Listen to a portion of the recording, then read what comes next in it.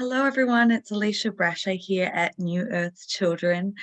I am joined here by Rose Madelaine, who is Intuit and also a custodian of New Earth Children. And so I'm so excited today to be talking with you and finding more about the journey of being a parent of one of these or two of these amazing children, and to really learn and understand the depths of the journey that has been and perhaps looking at the pathway forward. So welcome, Rose. Thank you for being here. Thank you for having me. I'm very excited. So I maybe would just start with a bit of background of who you are, where you're located, and then we can sort of dive more into the journey that you've gone through in being a parent, in these times, in these crazy changing times. Right. Okay. Well, it's hard to sometimes separate who I am from being a parent, but I live in Vancouver, Canada. And before I was a parent, I was in the financial services industry. And then when I had my son, or when I was pregnant with my son, my intuitive gifts came online, or my remembering started.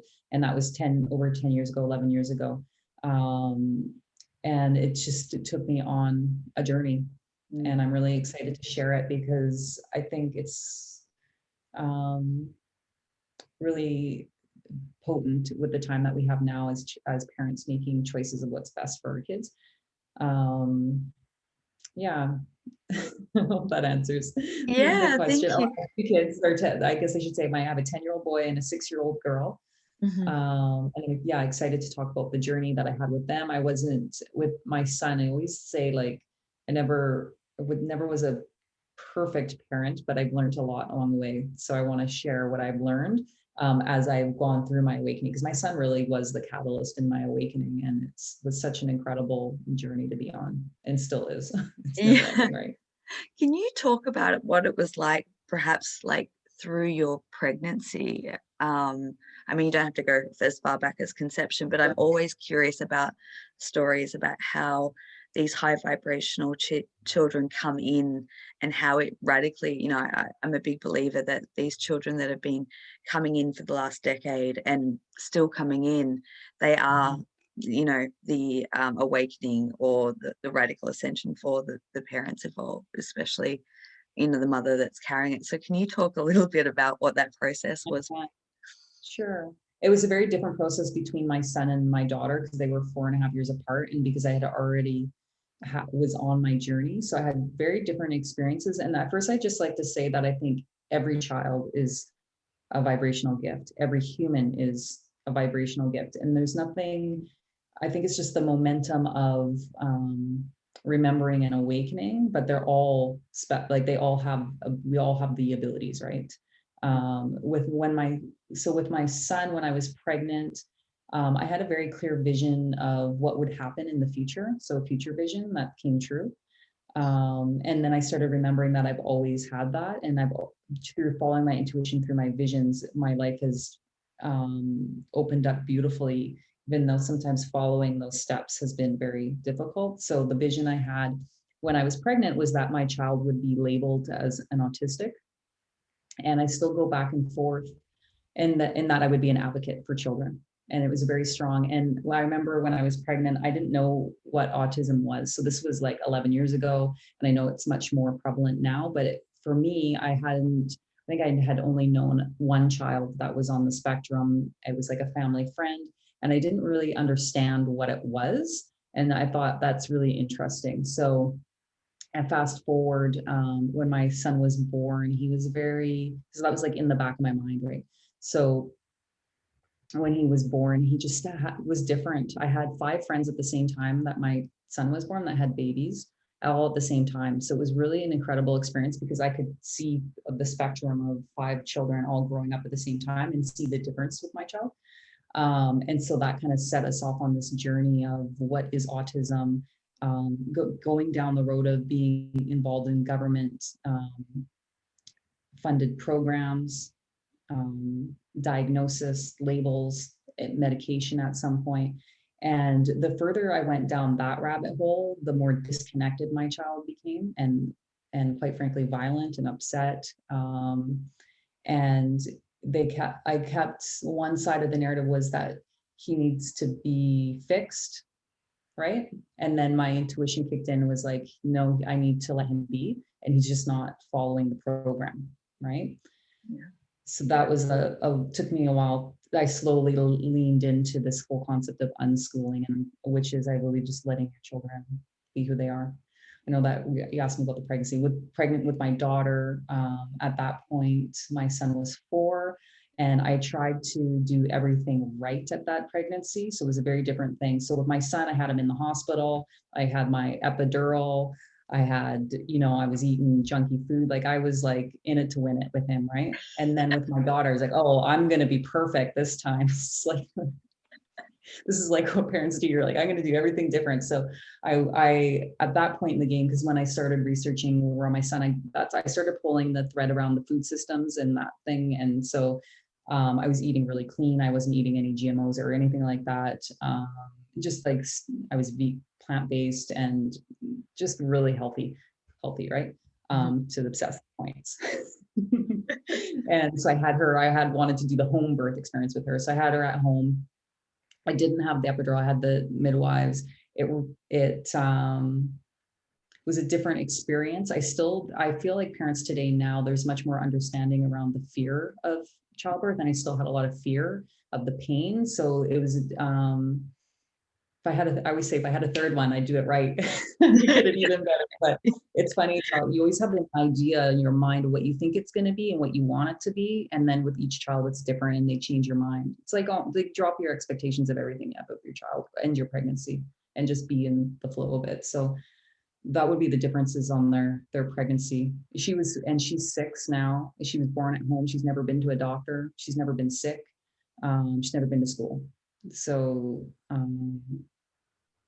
we can get more into that as well, but I want to be respectful of what questions you want to ask next, because Well, I know I can just ramble. no, it's great. It's music to my ears, and it's I love hearing that, trying to do the right thing and perfect, and I don't think there is a perfect way from what I understand of connecting with so many women who've been down various different roads and spoken to midwives and doulas Yeah. and things like that. But one common thing that I have heard, which I find really fascinating, is that people who have had multiple children, they'll say that, one wanted like raw, like the whole time it was like really clean eating. And then the next time it was like meat, or like it was like the varying difference of the uniqueness of Mhm. the child and what specific things that they wanted or required. Did you find that with yours, if you look back? Or So I've always been very open to letting them choose what they want. When my son went down the autism thing when he was like 9 months old. So he was a baby. So I had started researching food, and as soon as that happened, the beautiful thing was I was watching the news all the time and consumed with media. And as soon as I got that was the day I stopped watching television and I started picking up books and reading and researching. And that's where my awakening started, because I unplugged from the matrix. Okay. So I started learning about what is it to be healthy, and what is this? I was like on this quest of like, what is this and how can I help? Um, so with him, from a very young age, he was plant-based. We were green juicing, we were doing all the things, and he never, like, he didn't, my kids have never had fast food. They've never had processed food. They've never had a lot of these I know it's a huge thing with food dyes and artificial foods, these things that are in the school system that are normal. I just knew that they weren't supportive to my children. And so they never had that as a base. As they've gotten older now, my son is eating some meat in his diet from his choice. Mhm. And I try to make sure it's of health, healthier sources instead of factory farm. I will buy organic, local. Um, my daughter is vegan pretty much. Occasionally she'll want something with dairy, but she's very picky. I just say picky. She hasn't developed her palate yet. So she doesn't want to try new things, whereas my son will eat anything. So they're different and they're just doing their thing. And I'm allowing them that experience with the framework of there's certain things I don't allow in my home. Yeah. Like that but those are just Yeah. my goals, right? So yeah. Yeah. Awesome. So what has that journey been like with the autism diagnosis? And like I'm more curious as to like what are his um behaviors and what has changed through that journey. Okay, this is I could take up the whole hour answering this question because it was such a remembering. I remembered who I was through my son, how I was misunderstood, how I was labeled special needs and put in special needs in school. I barely went to school. And it wasn't because I was special needs, it's because I just didn't like what they were doing. Yes. And I would just skip class, or I would go outside and play, and I just didn't like it. My son is very in his own world, and he has his own interests, and um, he didn't need he didn't need my guidance as much, right? Mm. Like a tip, whereas my daughter from a young age looked to me for more guidance. So I think that was the difference. It's almost like an energetic of being really solid in who you are from birth and not wanting to vary from that path. um, he also got diagnosed as ADHD, which is the label I've had as well. And I really, through the understanding of that, feels like it's just a split of your focus. But there's so many more. If you just allow yourself to be comfortable in who you are with that, that's what I use to tap into my intuition. And so I feel like labeling these kids with this and then drugging them, which is what was recommended for me to correct his behavior, really dulls down the true beauty of who these children are and their abilities. And I don't align with that anymore. And I think a lot of people are waking up to the fact that they don't want to do that with their kids. And if I had to go back in time, probably wouldn't even go and get them diagnosed. And I know that is a controversial decision or topic or whatever, but that's just how my own journey with it. I Mhm. just love him for who he is. I don't care what people want to put a label on him or not, right? Does that answer some of it? Yeah, I mean, I often hear I interviewed Mary Rodwell going back a little bit, and she always drops this great thing about ADHD is, always dialed into higher dimensions. Like, what would you say around that? Do you think that that's quite an accurate description of Yeah, I can that well, a I can split? explain because I am in it as well, and so is he, and it gives me a perspective to understand where he's coming from. It's like a lot of people can be very linear and very focused on one topic. Um, Whereas the way I experience it is that I'm taking in information from everywhere. Like there's plants in the room, there's the frequency from everything that is moving alive, the ocean, the building has a frequency, people that you're communicating with, spirit realm, everything is like if you just sit back, you can bring in so much, and it's always going on that sometimes I tell my kids, when they're trying to get my attention, sometimes I'm like, hold on, I'm in another dimension here. Let me collect the information. Or someone asks me a question, hey, do you want to do this next Tuesday? The reason why I can't do my whatever ADHD brain or my nonlinear brain's like, okay, hold on, let me feel into every energetic possibility between now and then and give you a decision. No, like I can't do that. It's so uncomfortable. Don't make me operate in time. It's so because you want it, because it makes it's like taking your mind and putting yourself in the future. It's like time travel Mhm, or mm, and going back. And so you can act. It's the cool side of it is that, and this is what I noticed with my son, or what when I was pregnant, and I had that vision is that with my attention and focus, if I'm mindful of where I put my attention and focus, I can feel into things much deeper than mm, regular people. So I can put my consciousness in anywhere on the planet and beyond and get information that is my truth. mm, And that is the benefit of this. mm. And there's a lot of people that have that knowing. And I think a lot of kids coming that have these abilities. And hold on, let me feel if this is appropriate to share or not. Yes, I'm going to share this. I feel that there is some, I'm going to call them shadow players on the planet that want to suppress this knowledge, suppress people that have these things. And the more as we ascend as a planet and more children come with these abilities, it's the indoctrination is getting heavier and heavier and heavier, to make it feel like there's something wrong with you. You know what I mean? Like all of their therapies, their ABA therapy, these things are really to suppress the nature of who that child is. And I've been very outspoken about that for a while. And I'm really glad because I feel like the momentum is shifting in the direction of where people are understanding that now. Yeah, I'm glad that you are, and that there are people that are advocates for that and speaking out. And I have very similar opinions and align with a lot of what you've said. And I think this is an important topic to talk about. I have so many questions now. I'm going to. I know, I'm the same way. I'm like, oh, it's interesting. There's I just want to say there's one communication that's coming up, and it's this idea of, there's a lot, even as a mom, there's a lot of fear to even come forward and use my voice to say I've stepped out of the system, to say I don't co-parent with the government, to say that I'm taking care of my kids on my own, because there's this like whole, like, if you look at I don't know if you guys have the DSM or in where you are, it's like how we diagnose mental disorders.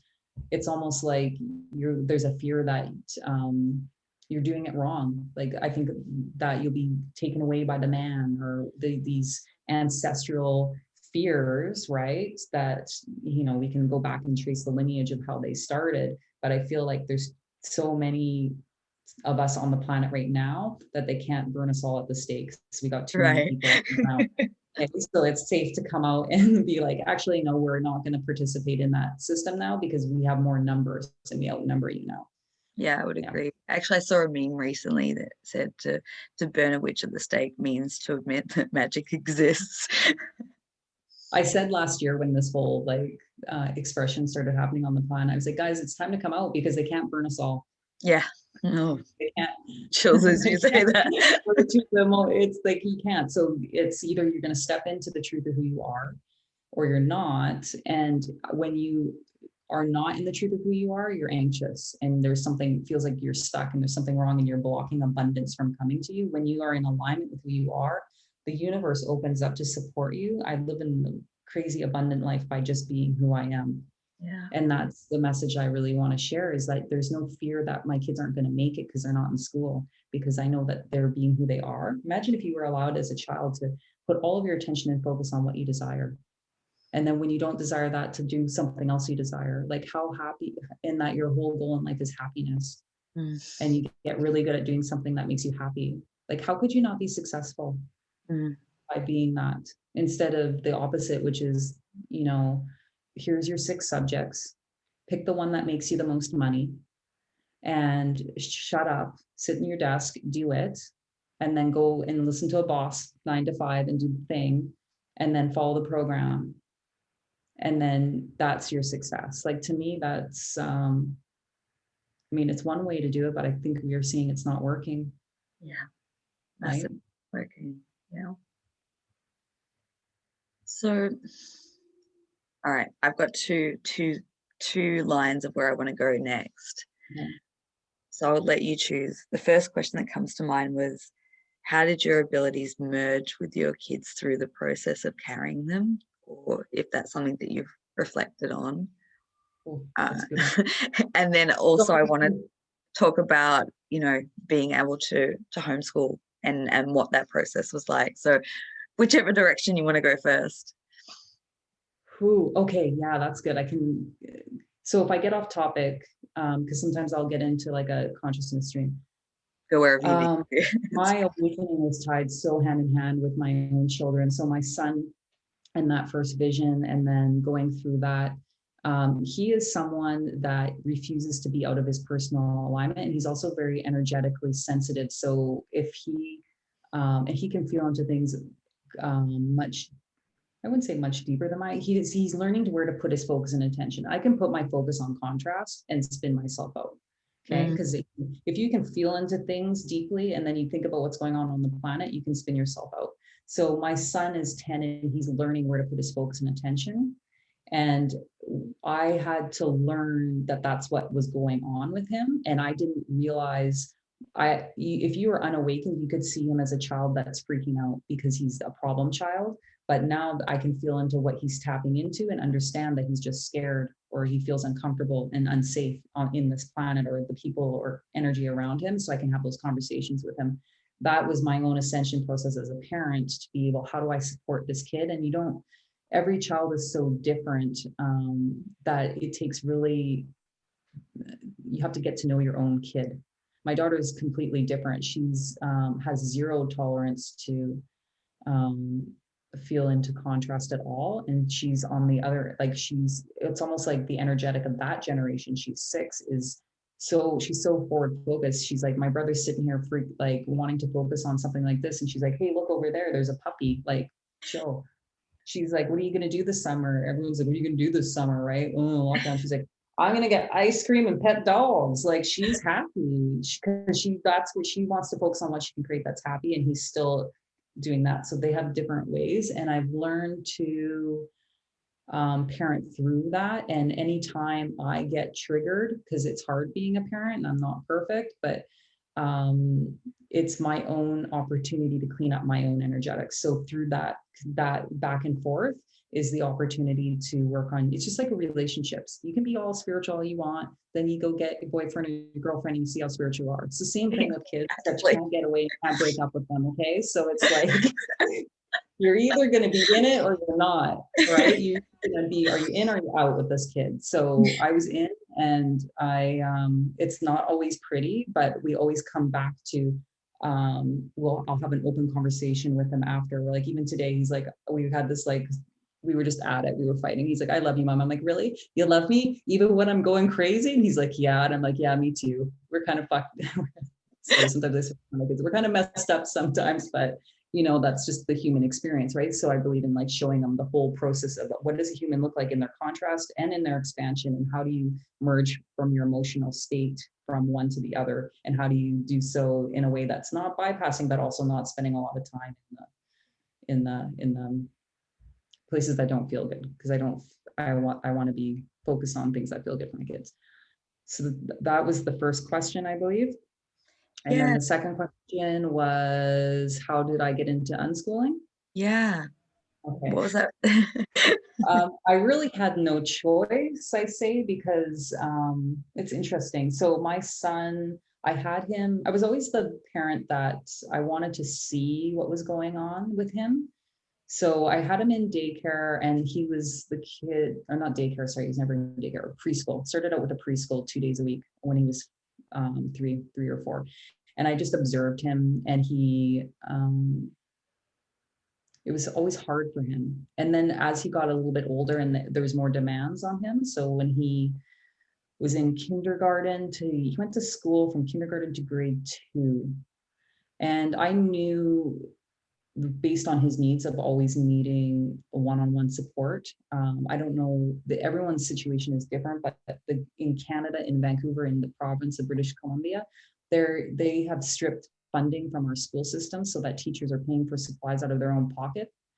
And I knew, and I love teachers. And I want to say that, yes, I unschool, but there is amazing teachers out there, but their hands have been tied. Mm-hmm. And I knew there wasn't the resources in the school system to take care of my child. So I looked at alternatives. I applied to private schools. No one wanted to really touch him because they didn't think he was smart enough, which is so silly. I remember at this bougie private school in Vancouver, they were doing an academic testing at 4 years old to get admittance to kindergarten. And they sit down in this desk, show me your numbers, your letters, or whatever. And I remember my son getting up and going across the room and playing the piano. And they didn't accept him. And I was happy. But as he got older, and because I was a stay-at-home mom at that. I knew right when I was pregnant that I had to leave my industry in the financial world because it was corrupt and I just didn't align with it. So I knew I was going to stay home with him, and he kind of forced me that because I couldn't leave him with other people because of his violent outbursts. Was very extreme. So he's not like that anymore. But so we went the route of a Catholic private school. I guess they wanted to save him. I always joke now. And I met someone. This is really hard for me to talk about because it's really coming out. I don't have any desire to make anyone that's listening to this feel bad or triggered, but so this is just my experience with the Catholic school system. I had met one of his preschool teachers who had her children in this school. She was an amazing friend, amazing woman. And she's like, hey, this school's great. Check it out. And she got us a spot in the school. And they seemed really caring and open. But the more my son participated in that, the more out of alignment he became, because he's a child that sees when things are out of alignment. And I think people can feel into that as much as they want to feel into it. And so he became more violent.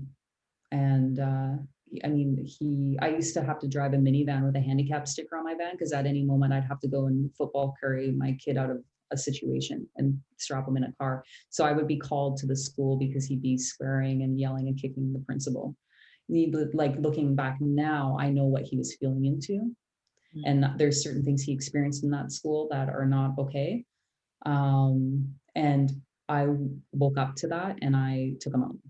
And he was only there for 2 years. And I started, I'll say for parents that want to lean into the principles of unschooling, this is what my process was. I always told his teachers, I'm never going to make him do homework. If he wants to come home and he's inspired to do what you've told him to do, then I'll let him, but I will never open up his backpack and I will never tell him to do anything. You have him for 6 hours or whatever your thing is here. And then at home, he's going to do his whatever he wants. And they shamed me. They said that, well, he's not going to get in front of him. He won't get his gold star on the board. And I said, Levi, do you care about your gold star? And he's like, no. I love that. So we didn't do homework. Who wants to, a 5-year-old shouldn't be doing, 6-year-old shouldn't be doing homework. So we didn't do the homework. That was the first, I think is the first step you can make into allowing your children to step into who they are, is give them the most time that they can do to be free. Okay. Yeah.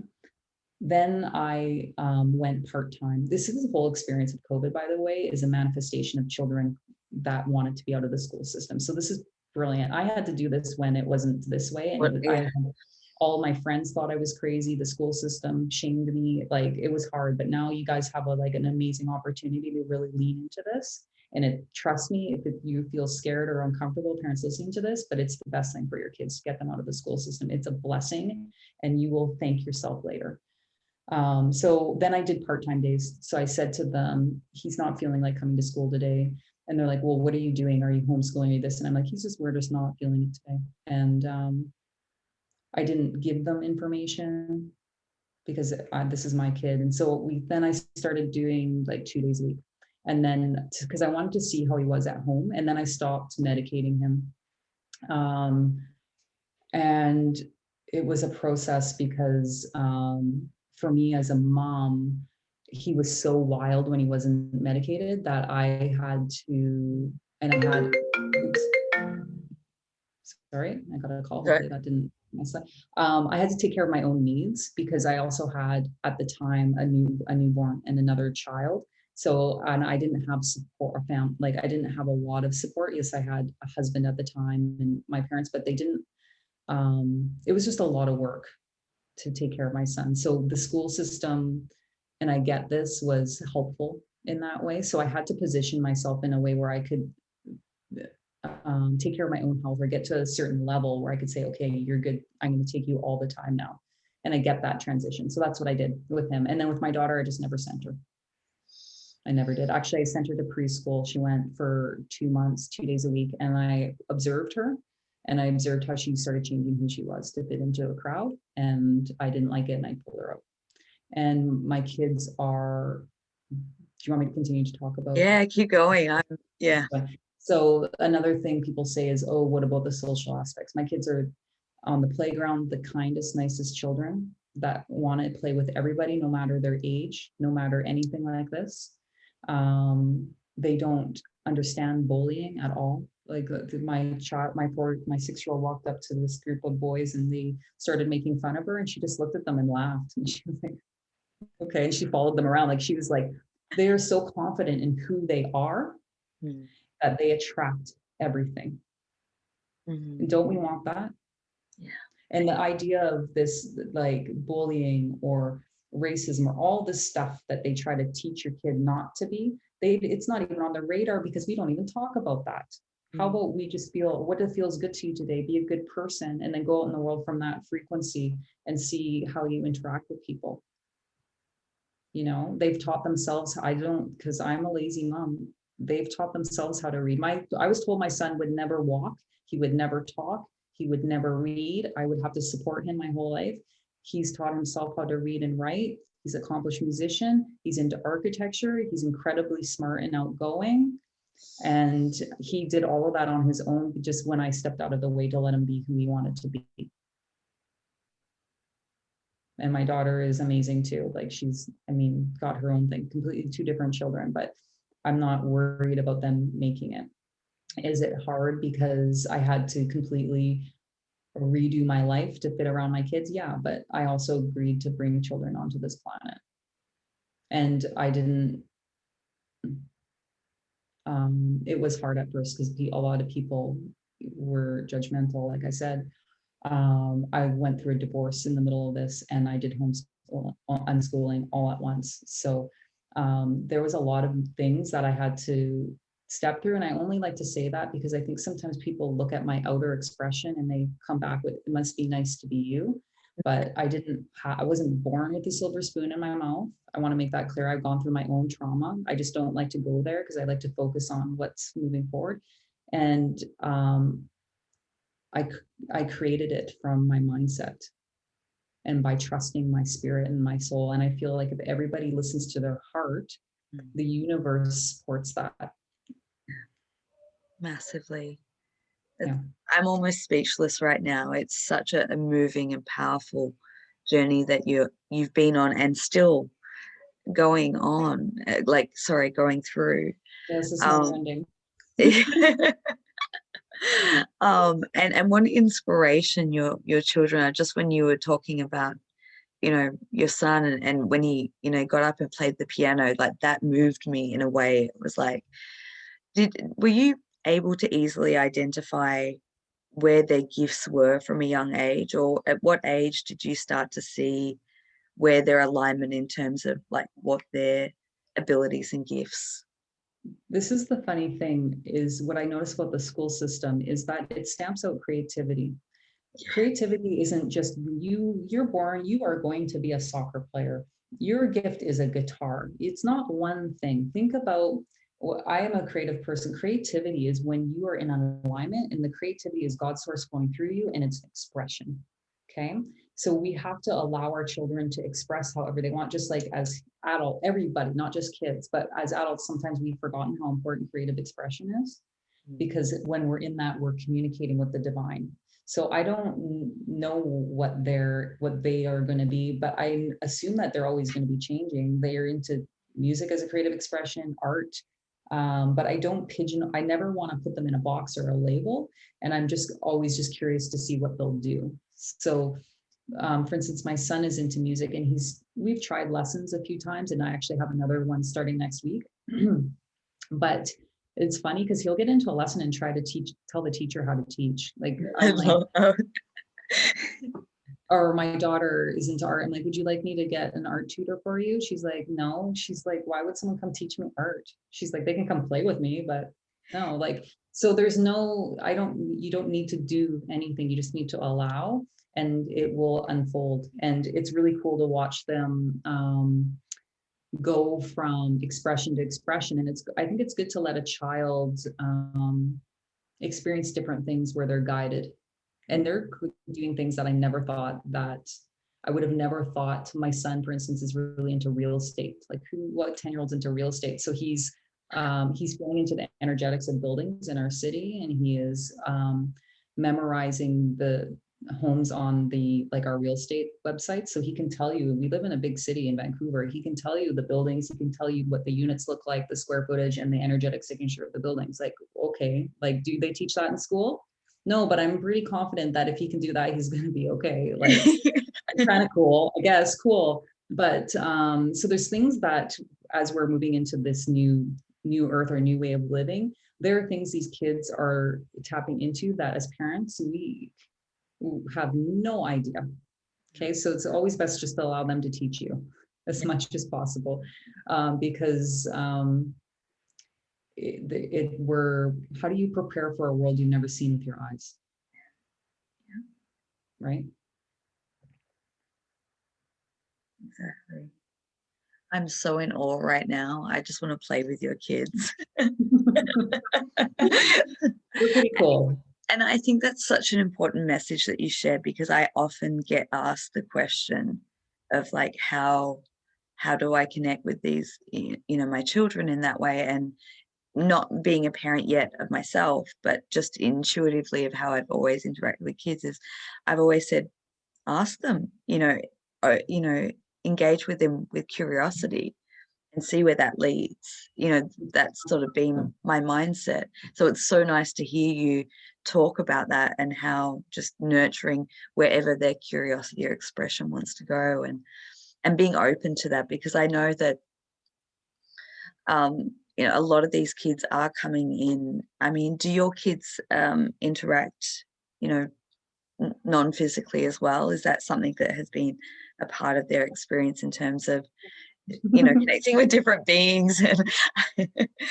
And yeah, it's interesting. My daughter's like, whatever, like she doesn't, to them it's like, as adults where I am in my consciousness, I'm like, ooh, cool, tell me more, that's cool. Yeah. And she's like, get over it. She's like so past. She's like, whatever. Something came up when you were saying that around letting the kids be. It was this idea of one, it's always easier when it's someone else's kid. So as parents that already have kids, to not beat yourself up. And there was another communication that wanted to come through. What was that?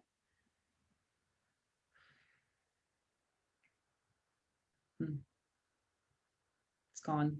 It's gone back into the multiverse. Oh well, it'll come back if it was important. Is there anything else that you want to share? And then maybe closing off, I mean, you've already shared so much in terms of like how what you would offer to parents that are trying to make that transition or better understand their children. I remember. Oh, okay, yeah, go. Got it. It's actually this. Closing, I would say. There is, so when it's your own child, there's an innate fear we have that we want to protect our children, want to protect them for everything. So you want to follow the system because you feel like if they have money and friends, they're going to be safe. So that's why you want to follow the system, right? And this is the matrix. And as we break out of it, it's natural to feel that fear or that uncomfortable. Like, what do you mean I can just let my kid be at home and not do anything? Like, I have so many times people ask me, like, is this okay? I'm like, girl, where do you think you need to ask permission on how do you raise your kids? You don't need to ask the government on how to raise your kids. You don't need to ask your friends on how to raise your kids. So as the parent, I will say this too with my unschooling philosophy is that we don't do electronics, or very limited. This is I do have rules, right? That's one of them, but I had to really be mindful of the company my kids kept, what they're spending their time doing, and make some serious choices around, do I want to participate with what everybody else is doing, or do I want to go follow my heart? And I think it's beautiful on this planet now that there's a more momentum of parents that want that. And so for the people that are scared to step out of that old way, I'd say you're not alone. Right? Yeah. And that there's people that will support you. Yeah. And you know what? You'd be surprised. I think a lot of your friends right now would be thinking the same thing, because people are waking up. Yeah. Massively, massively. I think one of the most common things that I saw throughout my client session last year was parents who were fed up with the school system and wanting something to change massively.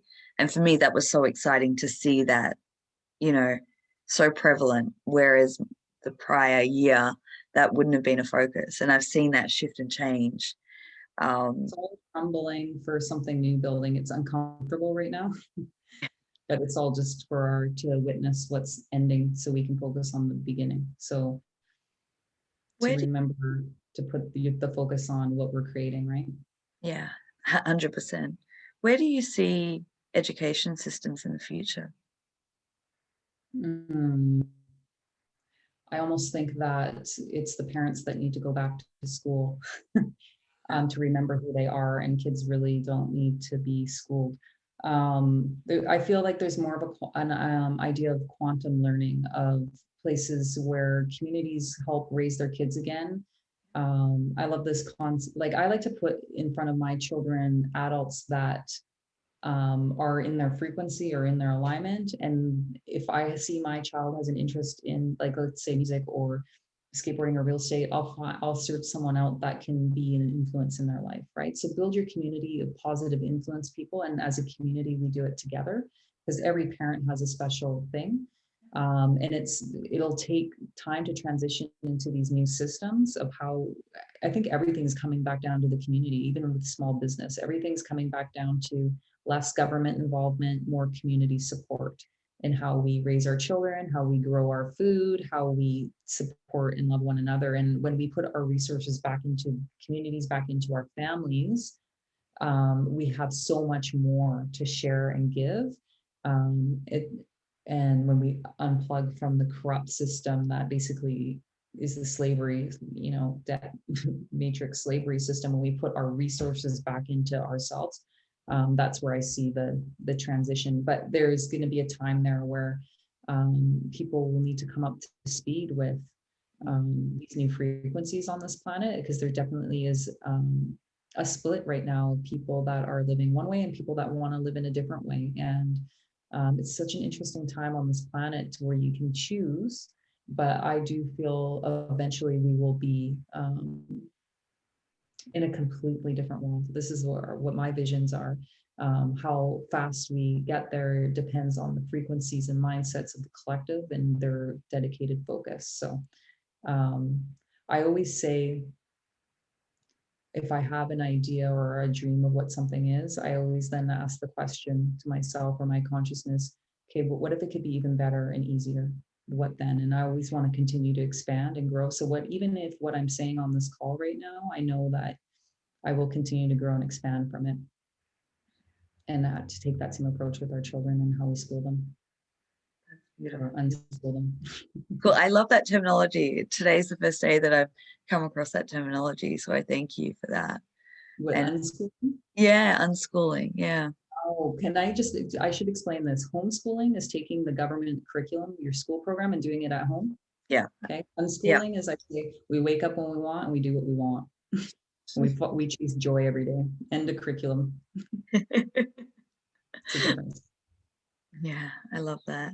Thank you so much for sharing. I'd love to get you back on.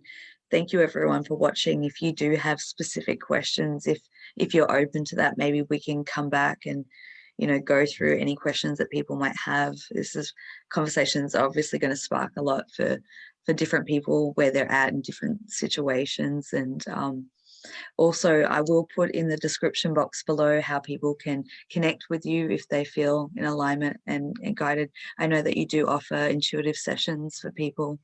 I don't know if you want to share a little bit about that work, but I'll certainly put all the links below where people can find you.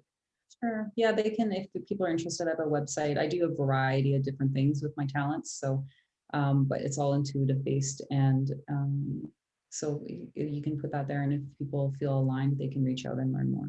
Yeah. Wonderful. Well, thank you so much once again. Thanks everyone for watching, and hopefully we'll come back and do another round. Yeah. Thank you, everyone. Bye.